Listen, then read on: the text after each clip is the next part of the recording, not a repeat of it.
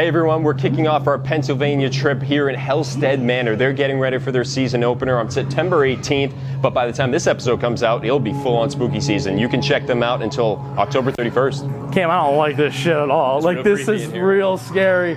I don't do this. I don't do this kind of stuff, but we had to come here because the brewery we're heading to is doing a collaboration beer with them, and that is going to be the Hellstead O- beer. We're going to find out what's on tap at Two Dogs and a Guy Brewery.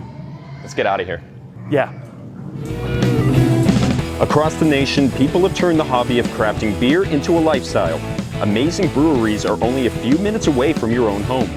From nano to regional or micro to macro, the question you won't need to ask is what's on tap.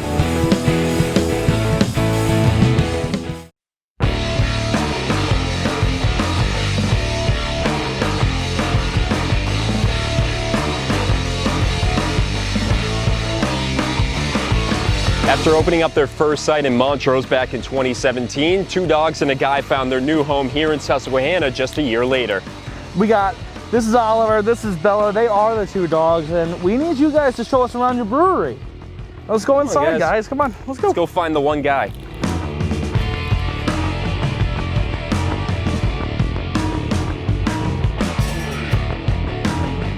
We started 3 years ago in Montrose, PA, about 15 miles from here. Things up there were going great, but unfortunately the town just is getting smaller and smaller. And it's basically what brought us here. I started looking for another brew house, another location, and we actually looked at a place, like I said, down the street here, and came up here to talk to Mary Beth and John and see what kind of traffic they were having at the barbecue. Next thing I know, she's like, we need to talk because this is what we're thinking about doing. What can you guys do for us? So, following week, we all got together. I brought some samples of the beer, and they realized that they don't need a liquor license. We can pretty much do the beer, wines, and Pennsylvania spirits. And here we are. And it's been a little over a year we've been here now. And it's been great. It really has. I kind of got a feeling based on just looking around, and you were talking about all the different events that you can have and get people here, but what's the reception been like since joining forces essentially with the barbecue? Oh, it's been great. I mean, between our customers, their customers, it's been, very well received. Friday, Saturday nights we're usually busier than anything, and today is a nice day for us. So this is our local four-wheeler crowd. So is this a typical? Okay. We have trails all around us, and these guys are in and out throughout the day. That's awesome. And I gotta get me one now. Yeah, really. So, should have rolled up. Welcome to our backyard. So yeah, you never know who's coming in here. We have the four-wheelers, we have the motorcycle clubs. They swing by. None of this, I promise you, was planned. I swear to God. Perfect timing, right? Yeah. Perfect timing. How'd you get started with brewing in general? I mean, home brewer. About 12 years ago, I started off with winemaking. And winemaking is a process where you kind of hurry up and wait. And there's a lot of time span in there. So one day I was like, there's gotta be something else. Beer. Everybody likes beer. So I started that process, and now I have my friends hooked on the wine, I have my friends hooked on the beer, and you're starting to push that legal limit, we'll call it. And I kept telling her that one of these days I'm gonna open a brewery. And she kept saying, yeah. Well, there was a car show going on up in, I believe it was Conklin, and taking my car, her dad's car, and I said, I've got to go look at something. I said, save me a spot at the car show, I'll be there. So I take off to Montrose, and the one location I've been looking at, we decided signing the lease, got the lease, met her at the car show, and she goes, well, where you been? I was like, well, we need to talk about that. I said, you need to sign this. I said, we now have a brewery. And she's like, well, it's about time. It actually happened. It actually happened. It's been a blast. It really has. There's been a lot of ups and downs, like I told you guys, but I don't regret any of it. And as far as the making of the beer, I guess you personally, what do you look for in a beer? What is your take on a beer, a good beer? All beer, in my opinion, should have three profiles: the start, the middle, the finish. all three need to be clean, because that start of that beer needs to have a clean finish to lead to that middle part, the body of the beer. And then from there, the clean finish, be it a fruit beer, be it like a Hefeweizen, or just even a straight pale ale. Because if it's not clean, you're not going to drink more. And that's the fun part about it. Yeah, favorite of all the beers? I would have to say the Hefeweizen. That is on tap today as well. All right. And we just released that a couple weeks ago. And that one there, you get a lot of banana notes. And it's one of my favorite beers to drink. So the name of here, it's Two Dogs and a Guy. How did that come about? And what made you go, that's the name? Well, being a home brewer, my dogs are always around because the grain. You take the grain out of the mash tun, they love it. We turn it into dog biscuits, and so I give some of it now to a company that makes dog biscuits. And so those guys were always with me. Well, not the little one. We lost our main two dog a couple months back, Brandy, and we inherited Oliver. So yeah, it was just a friend of mine, suggested, why not Two Dogs? Why not? So I gave him a couple free beers and said, Thanks for the name. This is your payment. That's it. Here's your payment, Dan. So yeah, and that's how Two Dogs and a Guy came to be. What is the next step here for Two Dogs? The next step is we've exceeded our brew house. We used to be about 3 barrels. I'm brewing more and more and more and more every week. So it's that time to start looking for a bigger space. All right, Jake, thank you so much for joining us. You are the co-owner, would that be correct? Yeah, co-owner, head chef, Red Rock BBQ here. And nice partnership you got with Two Dogs and a Guy. How did that come about with you and putting that together? Well, it just sort of fell into place. They had their place down in Montrose, their original location, and I think they were looking to expand a bit. So we were here, and we just got talking, and we're like, hey, it'd be cool to have a bar in here. We're like, yeah, what's better than beer and barbecue? We said that. Yeah, it makes so much sense. So we built the bar, we got everything in, and got up and running, and it's been great. And for you, I mean, you do a lot of the barbecue stuff, but craft beer. I mean, how is that? Were you a fan of craft beer beforehand, and how has that changed since? Yeah, not really.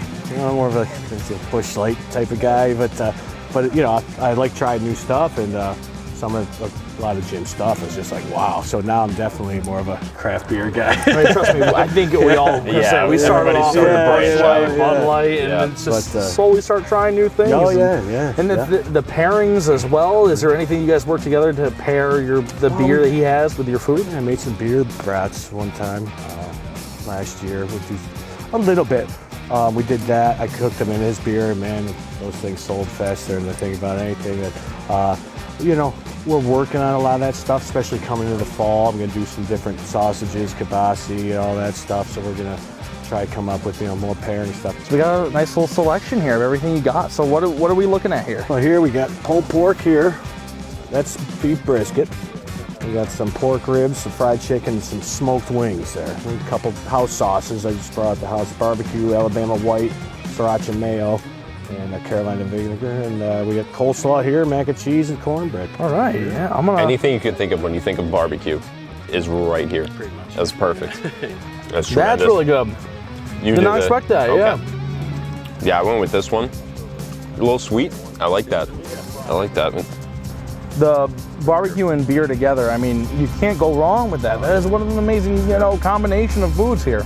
And based on the beers that we've seen here, the variety, there's something that will go with almost anything here. Oh, yeah. Like you can mix and match, or many different beers to go with this. And oh my God, these are incredible wings. Oh my God. If I didn't have, I don't know if I've ever said, I've said it multiple times. I don't think I've ever said it on camera.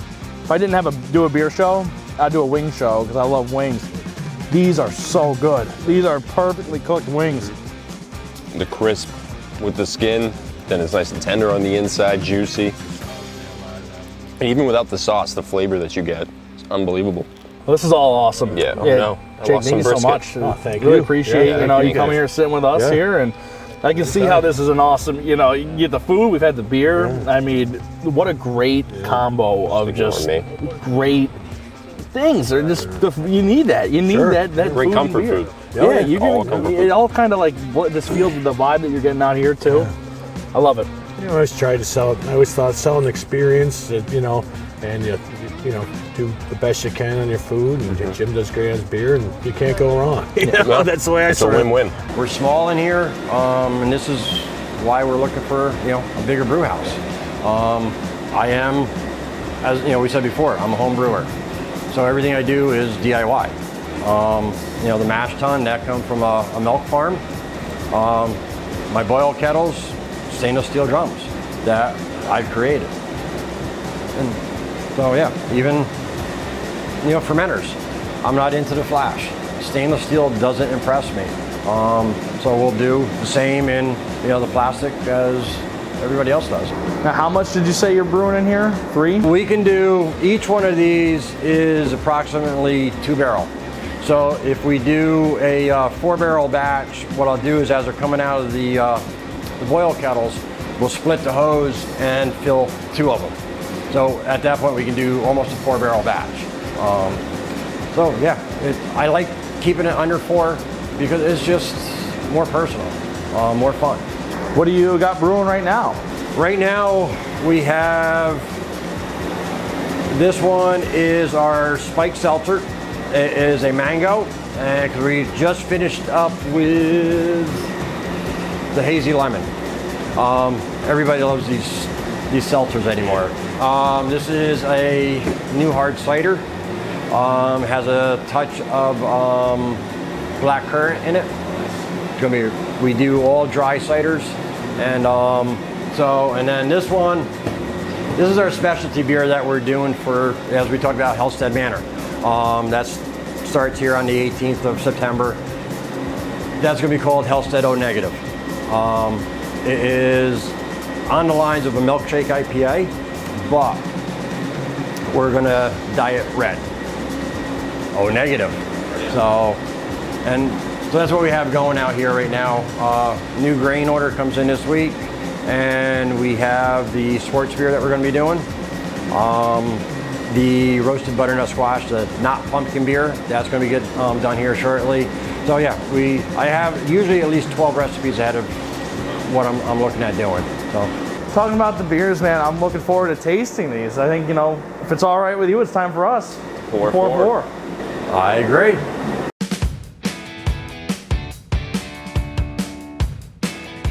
Where are we starting here? All right, you're gonna start from your left, my right, and you have the Hefeweizen. Your favorite? My favorite beer. Lots of bananas in that one, with a little touch of clove. Yeah, I get that banana right away with that. Super smooth. And that's one of the reasons why I like German beers. Now, as it warms, because most German beers, English beers, they're not that cold. So if you let that come up to about 55 degrees, it changes the whole properties of it. And normally between 55 to 60 is where a Hefeweizen or a lot of the German beers are served at. In the United States, you can't do that. They want it cold.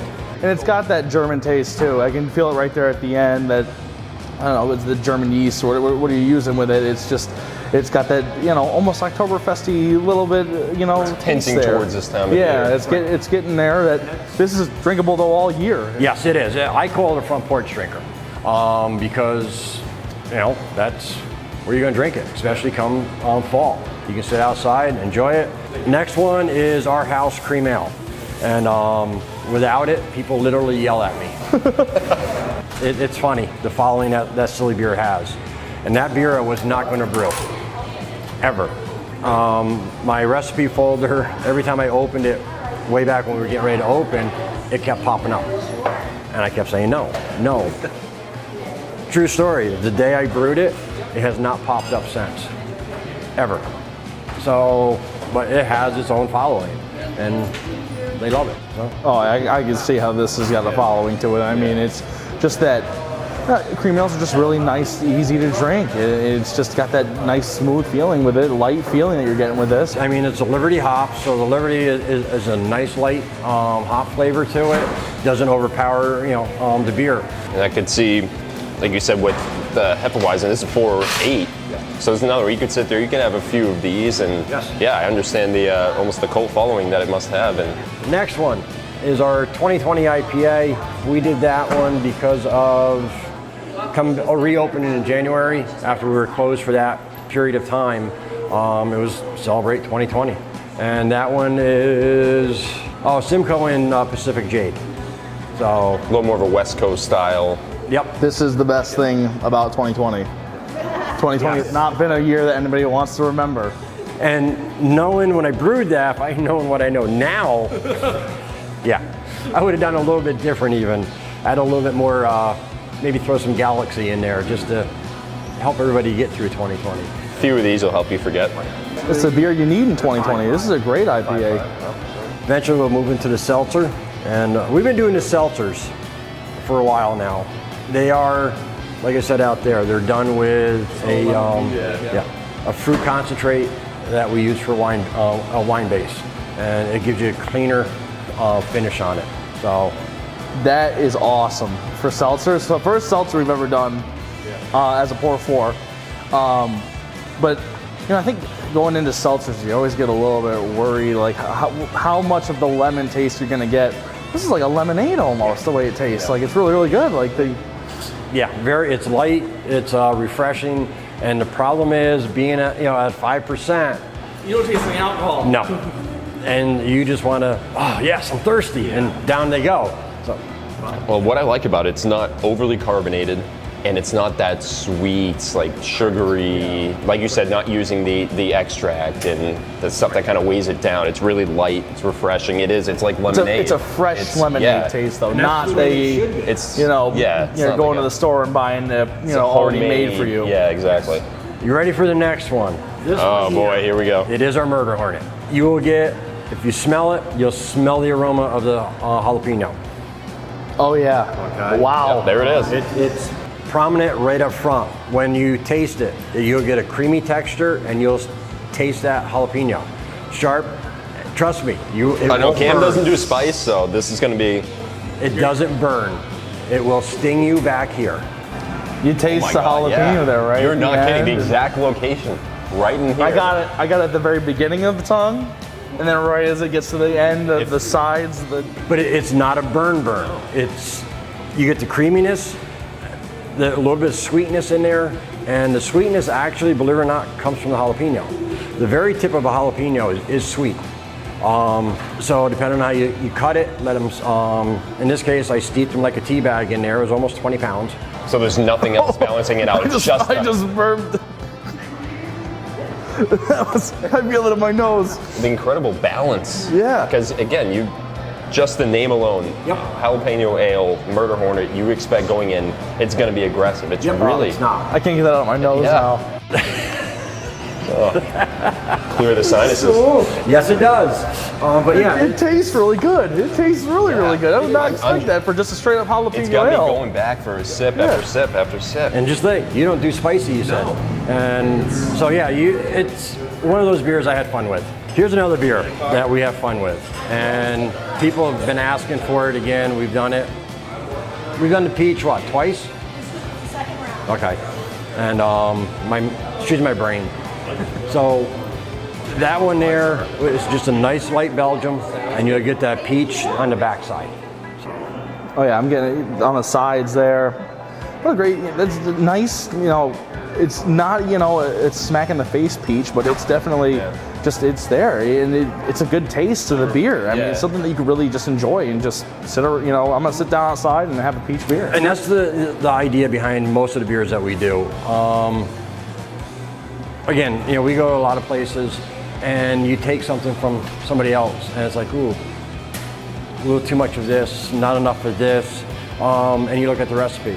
How can we modify it to make it an easier drinker, a smoother drinker? Something that you want to sit down after dinner and have a beer or three. And that's what it's all about, trying to keep it nice. Yeah, it's got a nice smoothness to it, and it really goes down easy. It's kind of like what I said about the seltzer. It's not an overpowering fruit flavor. It's much more subtle. It's not that sweet, overpowering flavor. It's just enough. You got your fruits down right with these. Yeah. Whatever you're doing with the fruits, it's working. This has been great. I mean, this has really been some of the best beers I've had. It's just, definitely the most unique. I would say all the way through, very unique. Something different each one. Yeah. I mean, this is great. Great place to be. Cool hangout on the weekends. They do a great job with live music and delicious food and drink. So if somebody wants to get a Two Dogz beer on one of their taps, like a restaurant, or someone wants to grab a keg, like how are they getting a hold of you? All they got to do is call the brewery, and we'd be more than happy to sell them. We've had stuff over at Frank's Place and a couple other bars. So that ends our day here at Two Dogz in the Guy Brewery. We got the dogs here with us to end this out, like we did at the beginning, and the guy. So thank you so much for having us here. Thank you guys for watching. Thank you guys for coming. We really appreciate it. It's been a fun day. So looking forward to the next time. Oh yeah, we'll be here again. Back, for sure. And we hope you guys enjoyed the episode. If you haven't done it already, be sure to subscribe to our YouTube page, like us on Facebook, follow us on Instagram and Twitter, all those fun places to see where our journey takes us next on What's on Tap. Cheers. I love Bella, dogs. what are you doing on here? What are you guys? Oh, you're stepping all over her.